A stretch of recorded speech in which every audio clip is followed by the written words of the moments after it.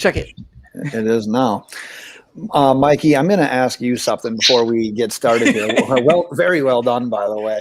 I'm going to give you a quick scenario, and you need to tell me which is more likely. On Tuesday of last week, I text DJ and said, hey, are you guys going to know the gender of your child? He responded back instantly, and I quote, it's 3 words. Already know, bitch. Like he's Jesse Pinkman from Breaking Bad. Okay, so we go back and forth. That, mind you, that was on Tuesday. Out of the blue on Friday, he texted me in one line, boy. In the second line, going on the interwebs tonight. So do you think that's either A, DJ's going to try to pick some Twitter beef tonight, or B, he's telling me the gender of his child? I think a little bit of both. I think a little bit of both. I mean, wait, he texted you on Friday that he's getting on. Okay, well, that just means he's going to get really drunk and pick fights on Twitter. That's what I say. So let's just get loaded because this is the Loaded Box Podcast. Well, we never finished first because we finished last. Yeah, I'm excited about this Dynasty. Hey, someone's got to set the tone. That's where you come in, Mikey. I'm excited for this because I've been loving the Dynasty Shark Tank series, and I'm like you guys. I like wide receivers as well. But DJ, earlier today you had me thinking, like, you know what? Maybe I was in the wrong about this whole text message thing. I looked at the dates. We talked about it on Tuesday, and then out of the blue on Friday. Boy, going on the interwebs tonight. Yeah, but you thought you were saying like, yeah, boy, I'm going to get into some Twitter beef tonight. Wait, when have I ever said anything like that? Every day of your life. No, I've never said that. I don't just plan on getting in Twitter beefs. I usually get drunk and then get into Twitter beefs, and it just happens organically. Number 2, you know better than anybody typically what I'm talking about, so I thought I could just say boy to you, and you knew exactly what I was telling you because we had talked about it. It could have been a month before. I still figured you would have known it. You're supposed to read my fucking mind. I don't know. I think that you're also one of those people that would just start a sentence off with boy, like, and then XYZ, like I'm going to do this, that, and the other thing. I would never say that. I can't wait to call you out on some next time. How much money you guys got on the line tonight? I've got so much money on the fact that I'm going to win all of these players on Dynasty Shark Tank because I promised in last week's episode that I was going to claim at least one of them. Thought maybe I'd maybe get both. And I was left out of both deals because Mikey down there is just hogging them all. Nobody likes you. It'd be like that. It'd be like that sometimes. Well, as I was saying, we are continuing the Dynasty Shark Tank series. If you have missed any of these episodes yet, I definitely recommend going back and checking them out. We've done quarterbacks and running backs so far. But if you're new to it, each of us have identified a wide receiver for this episode that we'd currently try to sell for the right price in the Dynasty League. We'll state the player's name. We'll state the offer that we're seeking. We'll give a little sales pitch as to why we believe he's worth that. And then the 2 buyers will be able to formulate their plans, their negotiations for this player. If the 2 sides can come to agreement, a deal has been made. If no one is coming up to the terms that the seller had in mind, we'll leave without a deal. But before we also get started with that, Mikey, as he's coughing, I'm a little sad because you've got Mickey Mouse. You're representing Mickey Mouse tonight with What's on Mickey's Bed game. And DJ let us down because he was supposed to wear a Mona shirt. No, Mona is Moana. Did you call it Mona? Mona. It's not Mona. Oh my Moana, God, you Ben, fucking idiot. Jesus Christ. Are you serious? You have a daughter and you don't know what Moana is? This is pathetic. I'm sad to even share a podcast with you. You don't even know the greatest Disney movie of all time.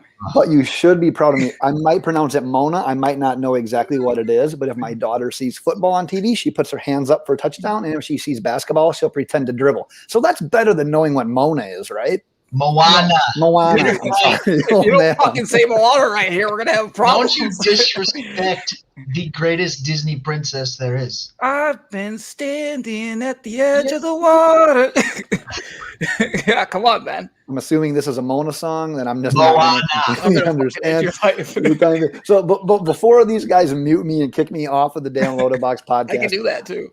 You could. Let's start it out. I'm going to be the first seller here, and I'm going to throw it up here on YouTube and Twitter and show you guys that the player that I'm currently trying to sell is Amari Cooper of the Dallas Cowboys.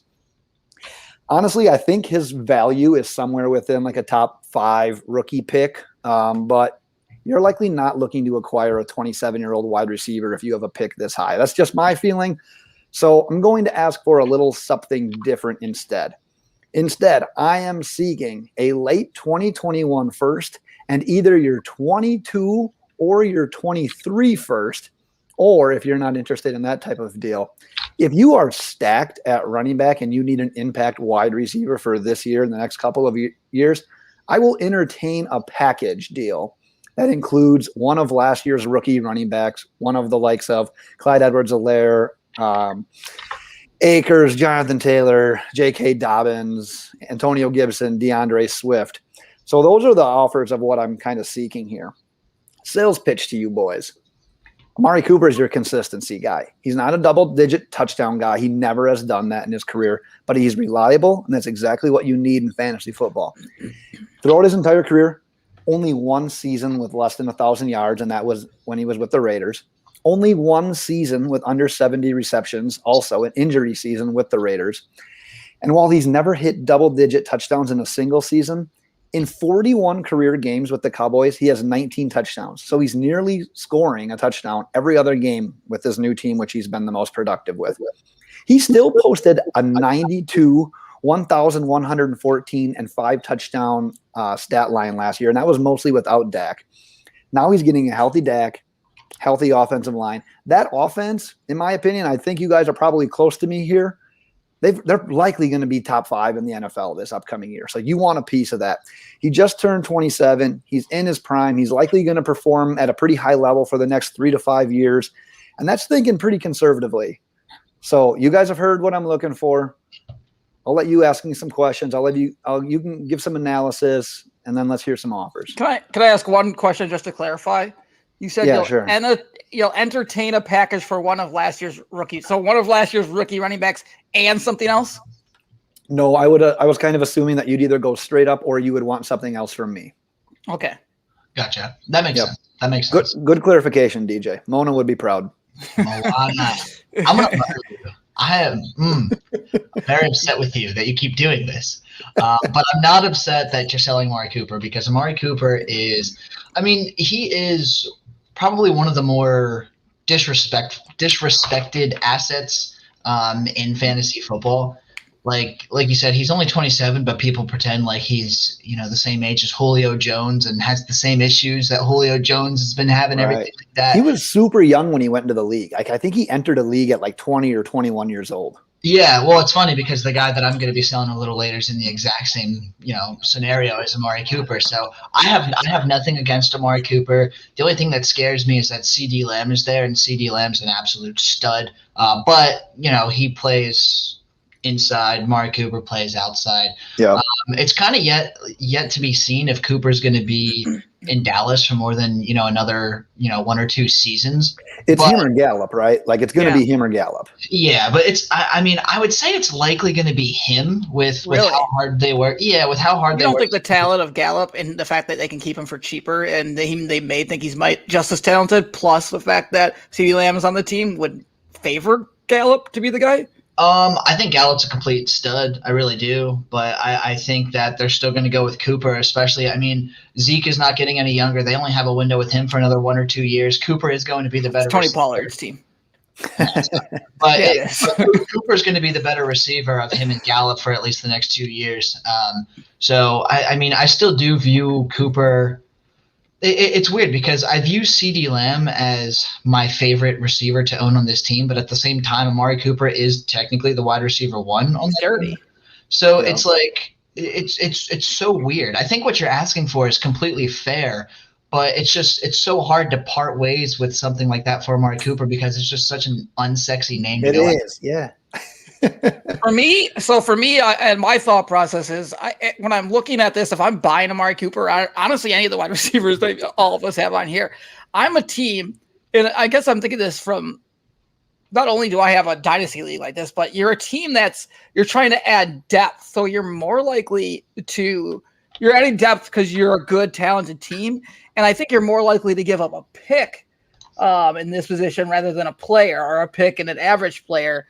to add the depth of an Amari Cooper or any of our other guys here. So I'm trying to, in my head, trying to think of a package in that area. That's kind of where I'm thinking. Like I was on the same like thought pattern as you, DJ, and that's why I thought like, okay, well, if you're giving me like a late 2021 first, I'm looking likely at a guy like a Terrace Marshall, and then I'm obviously not of the belief that just Terrace Marshall is going to be enough for Amari Cooper. So if you're already picking that late this year, odds are you're going to be a bottom 4, or I should say top like 109 to 112 the following year as well, or in 2023. And 2023 is way too damn early to tell, but it's supposed to be a pretty legit, once again, offensive draft class. Like I said, way too early to tell, but it is what it is. So that's why I'm saying if you give me Terrace Marshall and then the prospect of another late round first rounder, I would probably pull the trigger right now if I had Amari Cooper and I wasn't like super counting on him to contribute this year to a winning team. Go ahead, Mikey.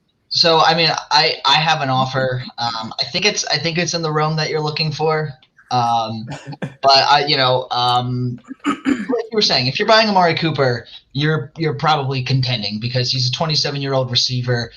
We don't know what his situation is going to look like this time in 2 seasons. Like it is what it is. So I'm guessing if I'm a contender, I've probably got, let's say, the 109 or 110. So we'll say the 110.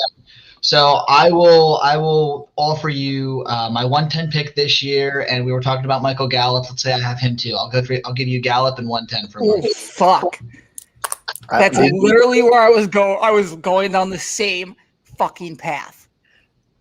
Same exact path. DJ, can you top that? Are you throwing in that scratch off ticket that I like with like 410, or are you gonna just leave that alone and let me take Mikey's offer? Because I honestly, that's tough. And honestly, Mikey, that's probably not quite like 110 and then like your 22 or your 23 first. Cause I don't think you're going to get a late round first, obviously, from Michael Gallup right now. You're probably looking more so at like a second rounder for him.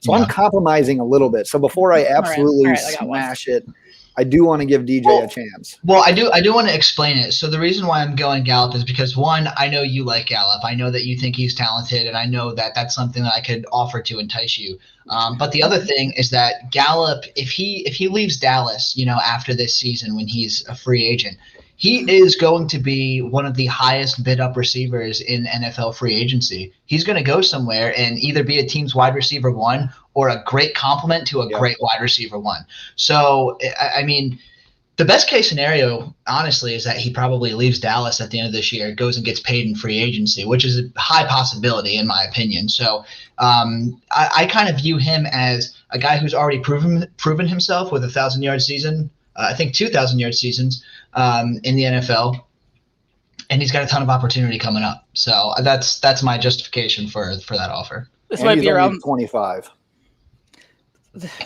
This might be a little worse than that pick then, but I'm going to throw it out there anyways, or than that offer. I got second place, so I'm going to go 1.11.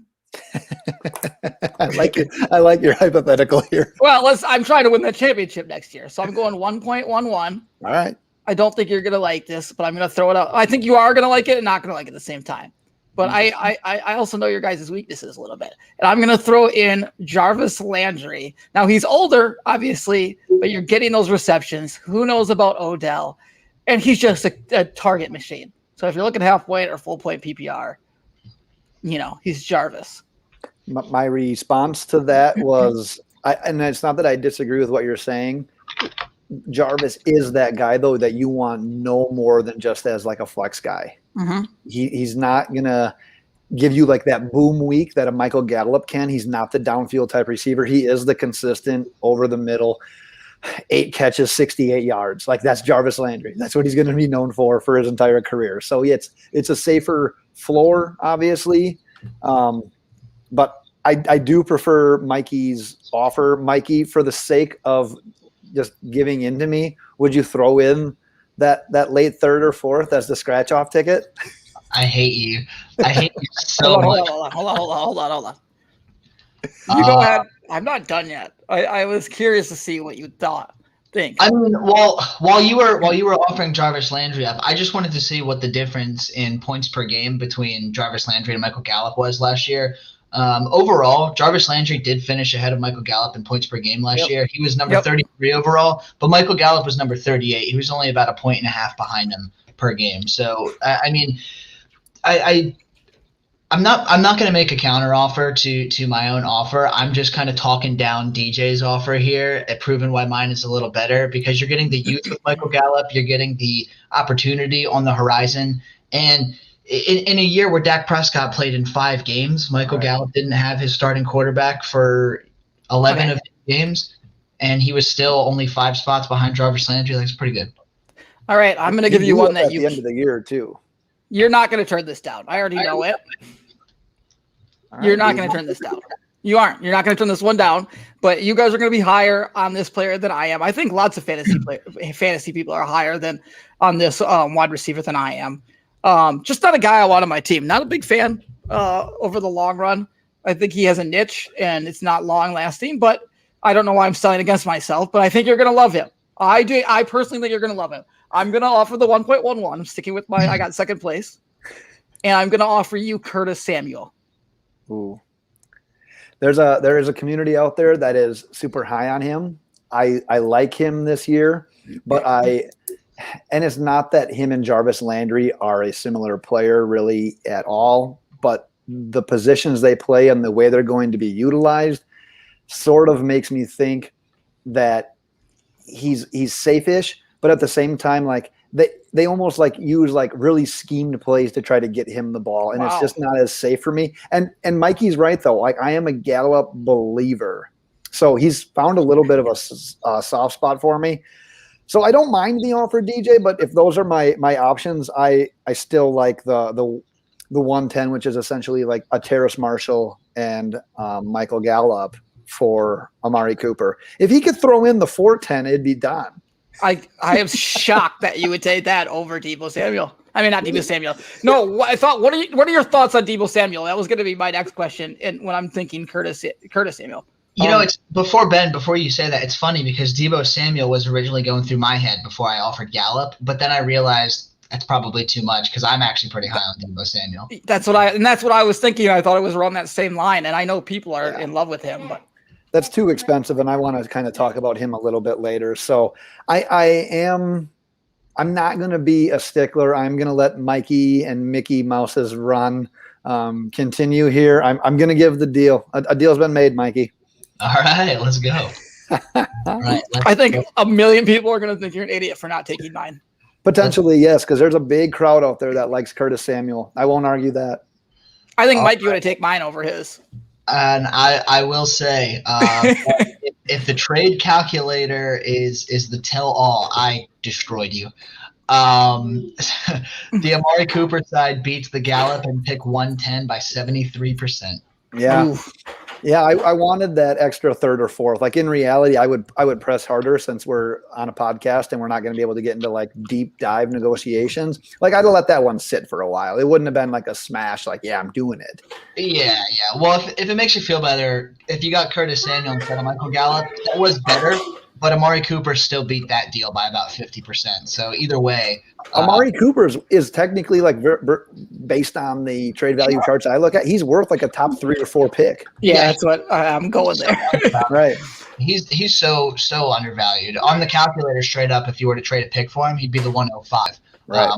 Which I think would be well worth Amari Cooper to be completely honest with you. But nonetheless, I'm happy. I think there's so many wide receivers in that offense. Maybe is what scares me the most about it. But and the unknown. Nice. Well, DJ, let's get to the player you're selling. The floor is yours. All right. So I'm just throwing it out here. Well, first I'm going with Keenan Allen, obviously the wide receiver for the LA Chargers. And I'm just throwing this out here. I'm going to set a little bait, see if you guys bite, but let's hear your best offers. So I want either a 1.02 straight up for 2021, or a running back similar to a Miles Sanders talent and 2.03, or I'm being oddly specific here, or a blowjob. Now, that would be 2 blowjobs from Ben and only 1 from Mikey because Ben still has me on retainer. So those are your options. The funny thing is That didn't make the YouTube or the Twitter scroll, so I don't think it's official. And I think the statute of limitations has run out on the one. I don't even remember why I owe you. No, you might owe me. It's like interest. Like you compound blowjobs now. Compound job. What's your sell job here on Mr. Allen? You're echoing. All right. So Keenan Allen, only 29 years old. I feel like you guys are going to try to call him an older receiver, but he's the same age that Devontae Adams turns this year. And I know you guys would go crazy over Devontae Adams. Just signed a 4-year extension, making him the second highest paid wide receiver in the NFL, in the history of the NFL. Young, talented quarterback in Justin Herbert, obviously, who's already in love and already has that rapport with Keenan Allen. And they bolstered their offensive line to give Justin Herbert more time. In the last 4 seasons, Keenan Allen has had approximately 100 catches. I think he had won like 8 less or something like that. Each year, with a low of 992 yards in each season and at least 6 touchdowns, which he hasn't scratched the double digit, but you're getting the yards. Obviously, the amount of catches he has makes up for it with the 6 to 8 touchdowns he's had the last 4 years. And you couldn't ask for a more consistent guy who now has the best QB he's ever had. I'm sorry, Phillip Rivers, but I honestly think Justin Herbert's the best quarterback he's ever had. Coming off a season where he didn't even get to practice essentially with his offense in training camp. So now he gets a whole off season with Keenan Allen, Justin Herbert, getting more on the same page. Get on your knees and start sucking, boys. That's what Mona would do. Oh, God. Oh, my gosh. Dude, I wish I could just smack you right now. All right, so, DJ, listen. Either this is going to be super quick or Ben's going to get into bidding war because I hear you. I completely agree with everything you're saying. Keenan Allen is another one of those super underappreciated guys that is literally a top 5, top 6 wide receiver year in and year out, it seems. He puts up week winning numbers almost constantly. I mean, you're asking for Miles Sanders and pick 203. Staying on the topic from Ben's, chances are from going after a guy like Keenan Allen, I'm competing. So I probably don't have 203 because my picks are probably late. But hypothetically speaking, I have Chris Carson, and I'm going to give you Chris Carson, 210, and my second-round pick next year for Keenan Allen. Wait, say that again. I got to write that down to see how my offer compares. 2022 pick? Yeah, I'm going to give you Chris Carson, my 210 this year, and my 2022 second-round pick. Oofed. I got to make sure that my offer lives up to that. Oof, I don't know. That's gonna be tight because going into this, I had a couple of offers that I wanted to throw DJ's way. Because if you want a running back like Miles Sanders, there's a crowd of people out there that aren't going to give you a running back of Miles Sanders' youth and potential for. I don't want to call Keenan Allen just another wide receiver because he's not. But we talked about this before the podcast. That position is much deeper than running back. Yeah. So the value is a little bit different. But if you wanted a running back like Miles Sanders, because I'm not a huge Miles Sanders or Philadelphia Eagles fan in general right now when it comes to fantasy purposes, if you would take a guy like Miles Sanders, I would give you Miles Sanders and 303 rather than 203. I don't know how that stacks up with the Carson deal. I think the Carson deal is probably a little bit better, but that'd be a deal that I could give you Miles Sanders in. I do have one other deal in the holster if you'd like to ponder on even more. I'd like to hear more. Oh, Jesus. Show your hand, man. You're a terrible business. Man. Well, if that offer's not good enough for you, before you even give me feedback, here's another one. You're the worst shark ever. That's why I didn't get any of the players last week. I Exactly. Guess. All right, well, maybe I'll just be quiet then. Maybe I won't give this other offer up. Well, now you're just going to give them blue balls. I'm just looking at Chris Carson's contract right now just to get an idea. Chris Carson is like another guy that's just he gets the job done. Last year was kind of the outlier where he didn't like play obviously as much as he used to. Miles Sanders last year. Well, that's the thing. I mean, Chris Carson did have injury concerns last year, but I mean that entire backfield did. Right. Even when they all come back healthy, I mean, DJ Dallas is a nobody. Rashad Penny is definitely a nobody who should not have gone in the first round however many years ago. Like, Chris Carson has no competition. And you could argue that, yeah, Miles Sanders probably has more upside in the long term. But Chris Carson for this year and arguably even next year, because didn't he just re-sign in Seattle? So clearly, yeah, it's a 3-year contract. Exactly. Clearly, they want to keep him around. He's going to be the lead back for another 2 years at least. He really doesn't have much competition. Miles Sanders, on the other hand, Kenny Gainwell. I know he was like a 5th or 6th round pick in real life, but 2-year contract. He was really, really, really awesome in college. And I can almost guarantee that he's going to be one of the most hyped up players in the Philadelphia Eagles training camp this year. You should write an article about that. I should. Crazy maybe, the timing on this. Maybe that'll come out next week or later this week, I should say. Yeah, but seriously, I mean, there's a lot to consider with this one. But Chris Carson, in my opinion, if he's staying on the field, I mean, he's probably as safe as they come as a weekly top 15 or so running back. You know what I mean? If I'm more interested in Miles Sanders. If I'm taking Miles Sanders, though, I need a late second round pick at the worst, or late second round pick. Well, I mean, 303. Depending how. Oh, you said 303. Okay, I think I got it confused. It's kind of like a really late second round pick. I thought you said late third. I getting that mistake. And you said Chris Carson and what? Chris Carson, 210, and my second round next year. Oh, you offered 3 spots. 210. And I'm Miles Sanders and 303. Before Ben's pick and an additional second round next year. Oh my God. I really am interested in Miles Sanders. That's probably just my I shouldn't put like Miles Sanders' name on there. I should put somebody else's name on there because Mikey attacked it last week. Now Ben's trying to attack the name I put on there this week. I kind of want to just throw out another offer just to see if it throws a wrench in your plan or not. Let me throw another one your way. Dude, you're gonna break him. You see the wheels turning.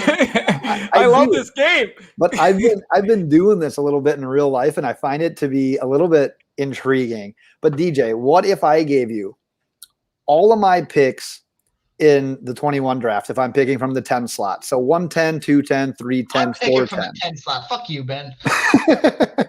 Dibs. No, listen, I'm not done yet, DJ. I give you those 4 picks.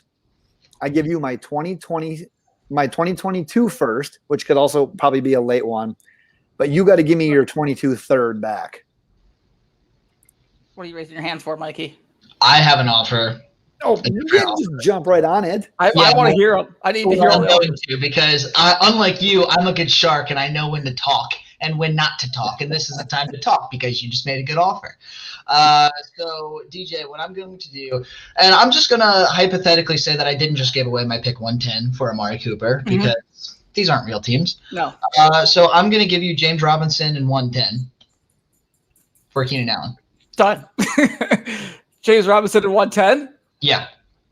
For Keenan Allen? Yes. I'll take it. Well, that was simple. I'll take it. I'm not as big as it. Look, I have the opportunity to grab another running back if it's 110, just in case in this draft. Obviously, you're looking Michael Carter or Trey Sermon or something like that. But I'm not as down as James Robinson as what I thought. And I think part of it was the fact that I recently listened to a podcast with Tony Khan on there who's pretty excited about James Robinson's future there. So I am taking James Robinson and running with it with the first round pick. Yeah, and I'm perfectly fine with parting ways with James Robinson because I'm a big Travis Etienne guy. I think he's going to go in there and he's going to take it. So I know that you and I are on opposite sides of the spectrum with this. I'd be more than fine with losing James Robinson. I know you're still incredibly high on him. So I figured, you know what, best of both worlds. We're both being happy. Only one of us is going to win in the end, but we'll see what happens. If Robinson ends up being the starter and even gets 80% of the volume that he did this upcoming year as he did last year, I mean, you won this trade by a long shot. So, or I just got to hope that Trey Sermon or Michael Carter hits if I get one of those guys. Exactly. It's interesting though, because like if you're dealing James Robinson right now, I honestly don't know if I believe more if you're selling high or like selling when he's a little bit low. Because if it was right after the season, you picked him up as a waiver wire, and if you're trading him, you're getting awesome value because you had nothing invested. However, but now if you're trading him, you're just like, oh shit, they just spent a first rounder on Travis Etienne. Like, could I have gotten more earlier? Here's the thing with James Robinson. If you would have sold him during the season last year or even before the NFL this year, you would have gotten a king's ransom for him. Right. Because nobody thought they were going to take Travis Etienne. Nobody thought they were going to take a day 2 running back.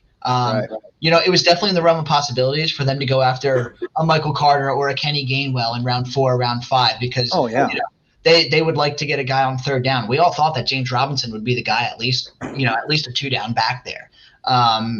So, I mean, it was surprising, but in my mind, you don't take a guy like Travis Etienne at what was it, like pick 30 overall or something like that. You don't use him. Like, that's ridiculous.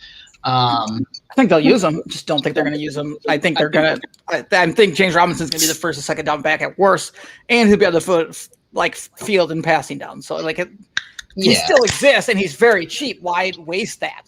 Yeah, so I mean, we'll see what happens. I do think that this is, in my opinion, this is me selling him high because, in my opinion, packaging him with the 110 to get a stud like Keenan Allen, in my mind, I won this trade by a long shot.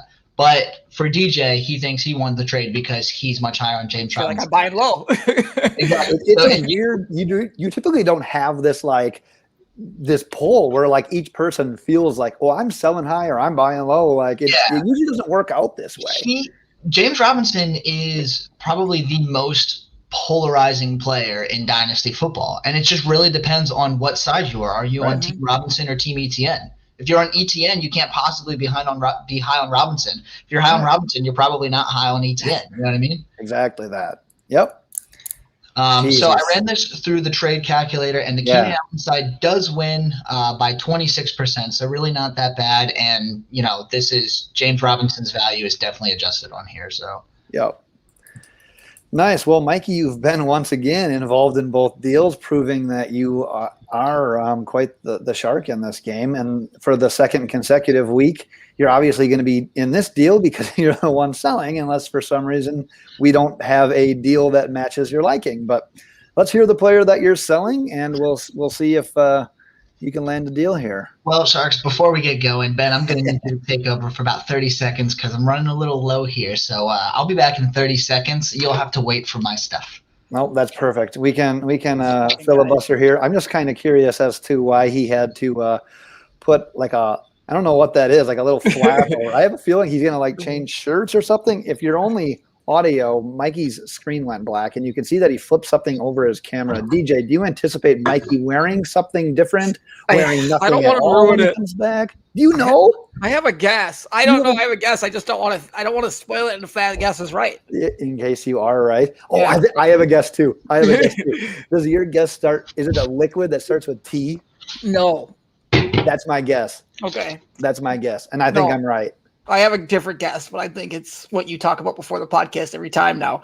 Are you gambling on these basketball games tonight? Because I know I sure and the World Series. Uh-oh.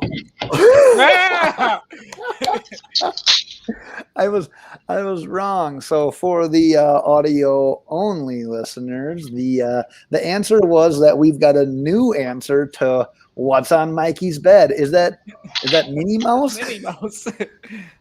I don't know what you guys are talking about. So, Mikey, my guess was that rather than coming back with a beer, you were going to come back with a bottle of tequila. You catch me this time tomorrow, I might be drinking tequila.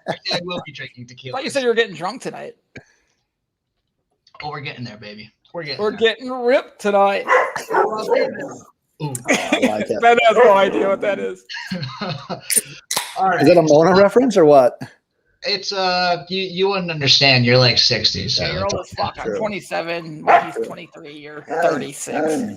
Yeah, you're up there. Well, you said you dreamed about being Mikey's daddy. The real thing is, I am Mikey's daddy. I have been playing fantasy football since 1992. Jeez, do. All right. Well, I'm going to go ahead and I'm going to start my pitch here. For anyone who tuned in last week, I sold Austin Eckler straight up for Allen Robinson. Massively high on Allen Robinson, and that's who I'm bringing to the table here today. I am seeking pretty much the exact same offer I was seeking last week for Austin Eckler because I do value Allen Robinson pretty much on the exact same wavelength as that. So I'm seeking a top 4 pick or a late first with a solid upside receiver replacement. Whether he's a young receiver, old receiver, whatever, I'm just looking for upside. So first things first with Allen Robinson, he's a fucking legend.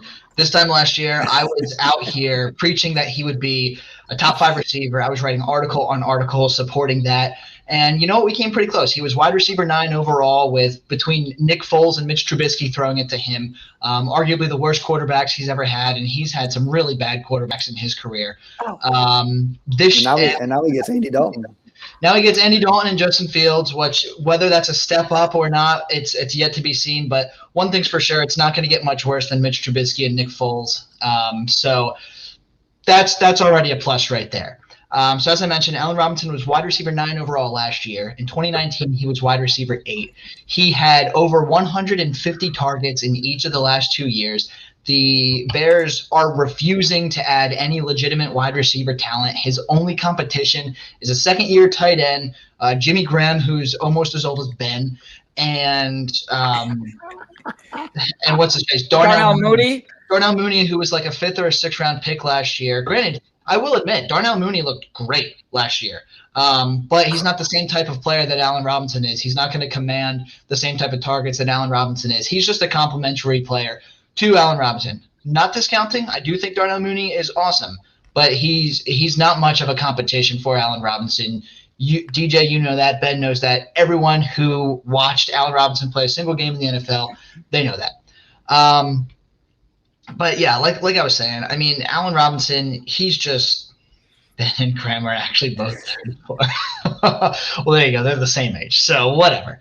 Either way, with Allen Robinson, because of his high target volume, he is one of the safest floor plays that you could possibly have every single week. Very rarely are you going to see Allen Robinson finish out of the top 18 in any given week. And then on top of that, if he scores a touchdown, sometimes 2, maybe he catches 10 catches instead of 7 or 8 like he usually does, he's always a threat to be a top 5 guy at that wide receiver position. We saw it last year, wide receiver 9. The year before that, wide receiver 8. He's as safe as they come to be, at the very least, a back-end wide receiver 1. And much like Amari Cooper, he came into the league really young. He's only 27 now, and he's entering his 8th or 9th season in the NFL. And if Justin Fields ends up being what the Bears are hoping Justin Fields is going to be, he's probably playing with the best quarterback in his career right now. So all upside for Allen Robinson. Oh, and I didn't even mention this. He's playing on the franchise tag this year. So One of 2 things is going to happen. He is either going to ball out and re-sign with the Bears for a king's ransom, or he's going to ball out and sign somewhere else for a king's ransom. He's fucking awesome. He knows he needs to go above and beyond of what he's already done in the past to get a big payday as a 28-year-old after this season. And I think he's going to do it. So Sharks, let me hear those offers because A-Rob is fucking awesome. First and foremost, I appreciate that you're still referring to me as a shark after criticizing my sharkinism earlier in the episode. But where I think I'm going to have an issue here is, and this dates back 2 years, like you said, is I like Allen Robinson, and I think he's an ultra-talented wide receiver, and the stats and the production he has put up with ass at quarterback over the years is phenomenal. And I agree, like Justin Fields might even be the best guy that he's going to be able to play with his entire career. Might take him to that next level if he gets the opportunity. But with that being said, even with those dog-ass quarterbacks, something still is a little bit of a roadblock for me, and that roadblock does not exist for you. And it kind of pains me a little bit to admit this, but that roadblock that is stopping me from doing it is counterproductive because he is finishing as a top 8 wide receiver in fantasy. And you remember last year when we had our rankings and I had him in the late teens or 20s and you had him at wide receiver 5? You had him at 24. I had him at 5. And I'm pretty sure we made a bet somewhere saying that I'd be significantly closer than you, and I was. Well, Price is Right rules, you went over, so I won. But. Yeah, okay. No, I've got a couple of offers here, but I'm not going to give you any of them because you yelled at me earlier for giving 2. So I'm going to have DJ talk. Here's one other thing that I didn't get to tell you guys that I completely left out of my case.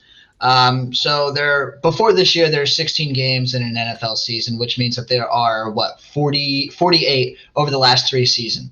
Allen Robinson has played in 45 of them. So he's going to stay on the field. He kind of started his career as a little injury prone, I guess you could say, but since the 2018 season, he's only missed 3 games. Yeah. He's been consistent. DJ, do you have any thoughts? Do you have any offers in mind?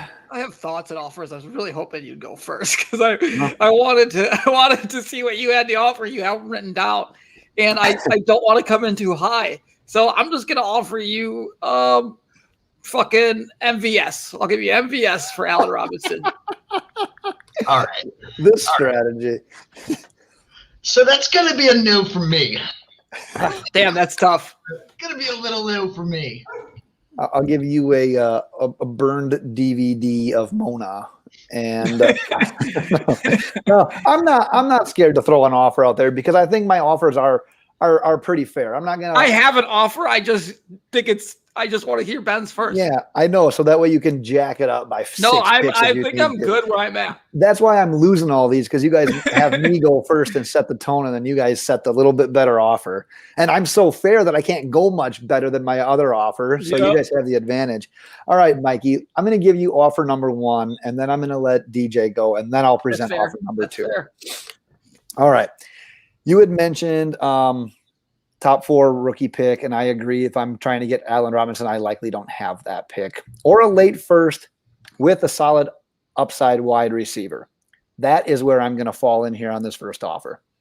I will give you the late first somewhere in that 110, 112 range. And I will give you Laviska Shenault. Okay, we're good. But, you're already saying no. I'm not a Shenault fan. Why aren't you? I am significantly lower on him than the consensus. I'm pretty sure, actually, I think in our loaded box league, I had him and I sold him. It might have been that league. I don't know. All my sleeper leagues run together, but I sold him for, I think, like dirt cheap, and everyone was making fun of me. I just don't see it with him. I'm not a big fan, especially because of how high I am on Travis Etienne. I don't think they're going to utilize Shenault out of the backfield. He's definitely not the wide receiver 1 on that team. Might not even be the wide receiver 2. DJ Chark. Well, exactly. I don't know what it is about Laviska Shenault. Everyone has one of those players that the consensus is significantly higher on than you are, and Shenault is one of my few guys there. So it's not. If you were to ask anyone else, I think that's a halfway reasonable offer. But the issue is that I'm just not a Shenault guy. I appreciate that, and I agree because that's the same way. Like I like Curtis Samuel as an NFL player. When it comes to fantasy, I'm like, yeah, I can do a little bit better in that same scenario. So I think there is a crowd out there that likes Shenault, and that's been the hype. Like DJ Chark has just been kind of getting shit on this offseason where Shenault's been like, dude is the best player in training camp, not even just on the Jaguars in the NFL. He's going to take the second-year leap. Like he's the guy. There's so much hype. You're just not buying into it. I appreciate that. Yeah. So, all right. Not for me. So the guy I'm going to offer you is more talented than Allen Robinson. Allen Robinson is better off in the long run in Dynasty, but has a few years left. And I'm going to give you a little bit on top of it just to make it worth your while. I'm going to offer you 2.10 and Julio Jones. So you're giving me 210 and Julio Jones. Yeah. You got to pronounce it like 2.10. Yeah. I have to confuse the shit out of everyone. 210. It's not a bad offer. It really isn't. My issue though is that I like Allen Robinson more than Julio Jones in a 1-for-1. Yep. And 210. I mean, this class is not a particularly deep one, and in my opinion, anything after the 206 or 207 kind of starts feeling like a dart throw. I'm gonna say no, but I do think I mean. Like Ben's offer was good. This is also a really good offer. I think it's very reasonable. Yeah, I think it's very reasonable. I just can't do it because you know me. I'm ridiculously high on Allen Robinson. I've seen what he can do with absolute dog shit quarterbacks. There's a little bit of hype right now with Justin Fields coming in. Like I can't do it. But DJ, why I think your offer kind of sucks here though is because if you have Allen Robinson, why are you giving up a wide receiver that's likely projected to finish higher than Julio Jones? and it's already older than Julio Jones. And the only thing you're getting in return is 210, which Mikey kind of considered to be a dart toss, which isn't quite a dart toss, but it's not the kind of value that you're going to get rid of Allen Robinson for Julio Jones, who might have 1 to 2 decent years left. He said a late first with solid upside and a receiver replacement. I don't care if he's older or younger. He did say that. So I don't know if you were listening. So I just offered what he kind of asked. I offered a more talented wide receiver than almost anyone else can ask. I didn't mean if he was and older, a little lower pick. Robinson. I just meant, whether he was 21 or like 24 or 25. Because to Ben's point, I'm not looking for a 32-year-old receiver if I'm trying to replace Allen Robinson. I mean, my initial thought is I was looking for a top 4 pick. So, I'm aiming young, or a late first with solid upside. So like I don't know. It's not a terrible offer, but it's just not what I'm looking for. You can say it's a terrible offer, but I've got a great offer for you. Mikey, you might just go and just hit accept on this one right away. Hold on. Let me jump into this one. Before you say this, if you're going to offer me the same thing with a 4th round pick, I'm going to smack you. All right, let me improvise quick. I'll go. No. Wait, if DJ's going to think about it, then we're going to just not think about it. All right, Mikey, I've got a real offer, and it's not just throwing in the scratch off. All right, let's hear it. I'm going to give you that late first, 110, 112 in that area. And you suck. What? I said you didn't win the league. You don't have 112. You suck. All right, fine. I'm going to play the DJ card. I got second. I'm 111. I got second. I lost in the last game. I'm going to give you that late first, and I'm going to give you Deebo Samuel. But you need to give me Allen Robinson and your 22 second. Oh, no. Come on. You had me going until you said the second. I mean, I'd be down to go a little back and forth on this one because I do like Deebo Samuel. He's one of the guys that this time next year, he could be my new Allen Robinson, to be honest. I'm a really, really big fan of Deebo. I think people are sleeping on him way too hard. Something tells me you are reading that article that I pumped through today, and you are using that against me. But it's fine. I understand. Use what you can. It's a good offer. I'm assuming 111 in Deebo Samuel for Allen Robinson. I definitely can't throw in that third. I think that's a little bit, or that second, I should say. That second is definitely ridiculous. If your 22 second is late, according to the Fantasy Pros trade calculator, we're pretty damn even on this one. See, but I think the class next year is going to be a little bit deeper than this one. The wide receiver class or what class? Doesn't matter. The whole class. Okay. But I mean, the only way that I'm happy with this is if I win this year. But if I'm trading away Allen Robinson, I ain't winning this year. Which I have to treat this as, if I'm selling Allen Robinson, I'm probably selling right now, right? I'm probably not a contender. I'm not sniffing the playoffs whatsoever. This is going to be a top 6 pick in the second round. And that's my reasoning for declining this, because I'm not going to downgrade at the receiver and give you a potentially top 18 pick next year just for number 10 or number 11 this year, All right, here's my last offer. It's the same. I'm going to go Julio Jones. I'm giving you a crapshoot for 2022 first. So what's the whole offer? 2022 first. I don't know where I'm going to finish, obviously. Right. And I'm giving you Julio Jones still. For Allen Robinson? Yep. I think we would have to assume if it's the same Julio Jones team and you were throwing out 210 that it would have to be a 3-year, $66 million contract, playing with A.J. Brown and going for a Super Bowl with your boy Tyler Tannehill. Sounds like he's hired a guy that's going to take some targets away, in my opinion. Yeah, so Corey Davis had a good year. This is such a situational offer, because if I'm looking at your team and I think you're going to be a contender, I'm going to say no. If I'm looking at your team and I think that you're going to finish, even if you are a contender, but I think there's a possibility of you either just making the playoffs or just missing the playoffs. That's when this offer becomes kind of enticing, because if this is a potential, 105 or 106 plus Julio Jones for Allen Robinson, 100%. I'd be nuts not to take it. But like Ben pointed out, you were just offering me 210, so I'm assuming you have a pretty decent team on your hands. What if fucking Saquon Barkley gets hurt? Well, you just finished 210, so it didn't hurt you that bad, now did it? Well, I'm just saying, what if a guy like Saquon Barkley gets hurt and I'm number one pick like Ben Morgan? I mean, maybe, but I don't know. I don't want to say no, but I can't say yes at this moment. Well, that's the highest I can go. That's my final offer. Julio Jones in a 2022 first.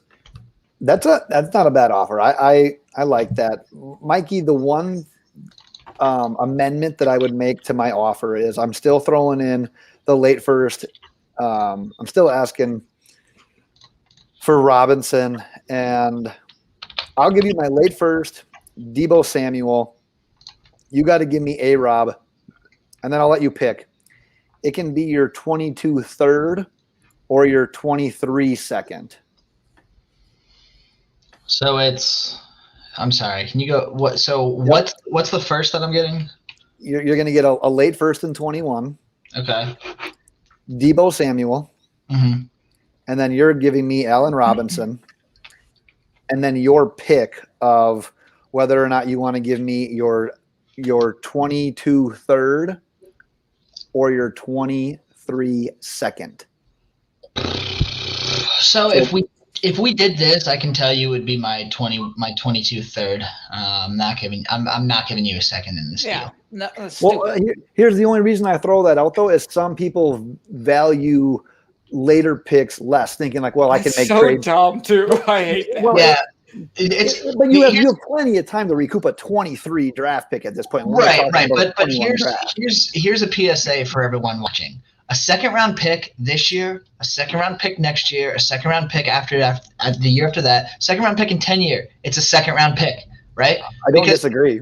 It will exactly. So if you ever have an option to give up this year or next year's third rather than a second year 3 years away, give up the fucking third, because you will never find, I don't care what draft it is, you're not going to find that same talent in the third that you are in the second unless you get extremely lucky.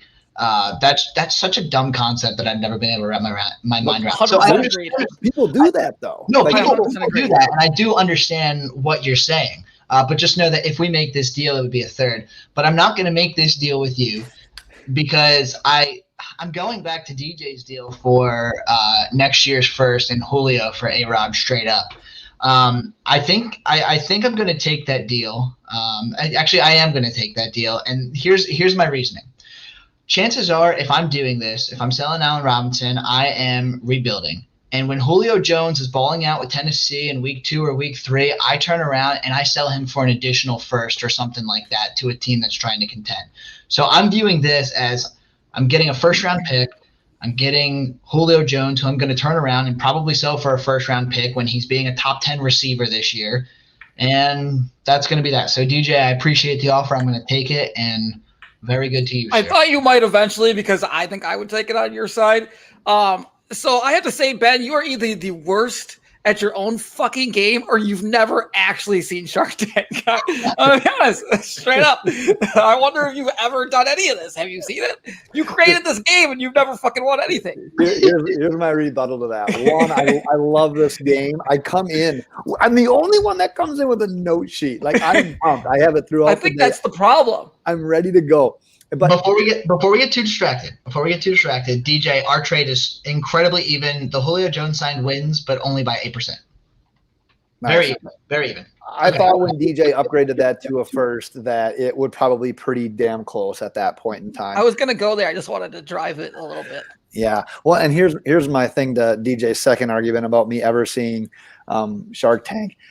I watch it all the time. I'm actually, sometimes we DVR it, and then just watch it later. Like a couple of months ago, they show them on like MSNBC. We saw that it was it's on every day. Episode 1.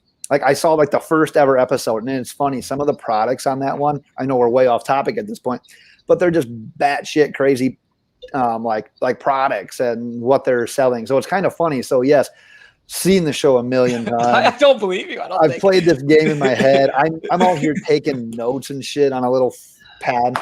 And I want to go back to the quarterback episode because I know I got shut out in the running back episode. And clearly today I got shut out again. So I also live maybe by the belief that I'm a little bit ahead and you guys just aren't there to catch up. You still do this thing, huh? You still have that theory. I don't understand it. You weren't even, I felt like you weren't even scratching the surface of making a deal tonight. I do think half your problem is you come in closed-minded because you wrote down deals and you don't give yourself the opportunity. In Shark Tank, they don't write things down beforehand. They hear it and then they counteroffer based on what they hear. I agree with that. And the other thing is that me and DJ, we adapt. We know our audience. I know who DJ likes. I know who you like. DJ knows who I like. But apparently you are just fucking willy-nilly out there, just fucking throwing names out, offering me, oh, you can give me your second round 2 years from now if you want to. You gotta know your audience. So you know what? Are we doing tight ends on this or no?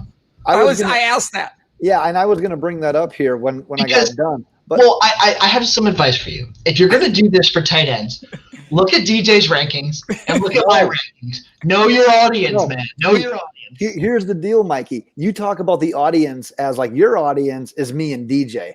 I'm looking at this from the fantasy football player's perspective. So my audience isn't you and DJ. My audience is the millions of viewers and listeners out there that. But if they're trading, they know who they're trading with. Like they know who they like as well, because most likely it's friends or people that they're familiar with. I don't know if I have anything against that. I mean, I understand the good intent behind that. I do. You want to offer things that you think people would offer. But that doesn't necessarily help because you need to see what the real value is. You need to see the real breakdown of these trade talks and everything like that, you know? I mean, it is what it is. I can't force you to be good at trading. It's cool. It's whatever. Yeah. It's interesting. Me and DJ will just keep trading with each other. We'll just keep talking on the side. Yeah. Clearly you are. I'm trying to respond to some guys on Twitter here. So some white people.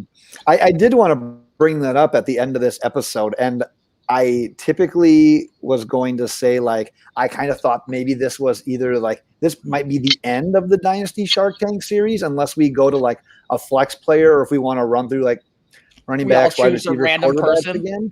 Because, well, if you're a loyal Loaded Box follower, you know DJ doesn't even rank tight ends. So Mikey, if I wanted to listen to your strategy about looking at DJ's tight end rankings, they don't exist. Wait a second. Hold on. We can't say that DJ is incredibly against the tight end anymore because you know how many offers he made for Darren Waller to me last year? Like, he secretly admires tight ends, or at least elite tight ends. He does. Secretly, he does. Can I have an idea for the next episode. Can we do this, but we all pick whoever we want? And because I feel like we can come up with guys that make it fun and interesting the way we've done it for each position. But yeah, it's a flex, right? We pick any position we want, any guy we want, and we try to trade for that. I think I don't know, for some reason in my head that's going to be fun because I think we'll pick based off of other guys type of situation. At any position. I like a flex episode. That was going to be one of my recommendations because I didn't know if we wanted to pigeonhole it to just tight ends because, I mean, honestly, there's probably a decent amount of tight ends you'd want to trade for, but the market is so much smaller compared to like your wide receivers, running backs, blah, blah, blah. So there's I'm cool with flex. 8 guys to realistically go after. Right. Yeah, I guess one other thing I want to touch on real quick is just with the running idea of playing the game of what's on Mikey's bed. Mikey, was Mickey and Minnie themed because our group chat had some discussion about Moana, okay. Or first things first, it's Moana. Okay, sorry. Second, I have no idea what you're talking about. My bad. I don't know what you're talking about then either. I don't know what I'm talking about then. I have a giant Mickey. Here's my question. Why do you have those? I have a child. I have a bunch of Mickey Mouses. I've got Goofy. I've got giant Mickey. I've got a kid with a kid on the way.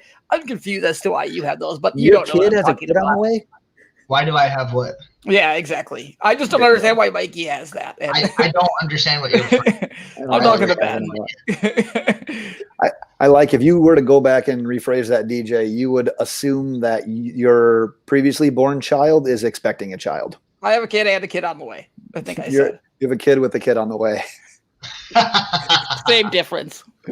Same difference. Well, I guess then I can say that our next episode is going to be the flex version of this #Busch Light. By the way, DJ, you were right. I told you last week that I was out of Busch Light. You said, I bet I could find one in your house. There was one more. Guaranteed. I'm so pissed at myself. But yeah, I got a new couple 30 packs, so I should be set for at least a couple more days here. Can I give you advice? You always do. Don't prep for our picks next time. I want to chat. I want to see how it works. I want to see if it turns out differently. I have a good idea. Ben. So everyone who's watching, we have a working document, right? And we all have to write down our guys so Ben can get all organized. Yeah. I'm not sharing who I'm telling until the episode starts. Because Me too. I'm forcing you not to make any notes. When you ask me next week, hey, do you have your stuff ready? I'm going to say, Ben, fuck you. You'll see. Yeah. That's it. Ben yells at me for not prepping, but honestly, I think it makes it, especially in this kind of episode, it makes it a lot better. I wanted to do this from the beginning. I think, Ben, you need it. I think you need it for your own personal success. I'm not telling you who it is. Yeah, I'm doing the same thing. I'm withholding sex from you. There's a good chance that you two are going to have to do this episode by yourself next time. I'm going to be getting caught up on Mona. It'll be a whole day. Oh my God! It's the Attack of Ben tonight. We've been yelling about since the beginning, since Moana to this, and look at him. He's deep throating. Yeah, I'm excited. Do you think mini deep throats? Well, let's move on. By move on, you mean wrap up? Because all we were saying is we were calling it a day. Mikey's out of beer. He needs another one, so we'll call it good. Check us out on Twitter at LoadedBox, website loadedboxpodcast.com. Jesus, Busch Light again. That article that Mikey kept kind of hinting at is a real thing, believe it or not, and it may or may not be released on like Wednesday or Thursday. So check that out. I looked at it today. Pretty dope. I agree with at least 38% of it. As you can tell, not 100% because I didn't get a deal done today, but all of our articles, our episodes, our redraft and dynasty rankings are there. We just got auction rankings put on the website as well today. Next episode, we'll be doing the flex version. We're available everywhere. Subscribe, rate, review. Don't blow off your ding dong this 4th of July and try to get a little bit loaded. And we'll see you next time we're on the episode. DJ, put an end to this. Bye.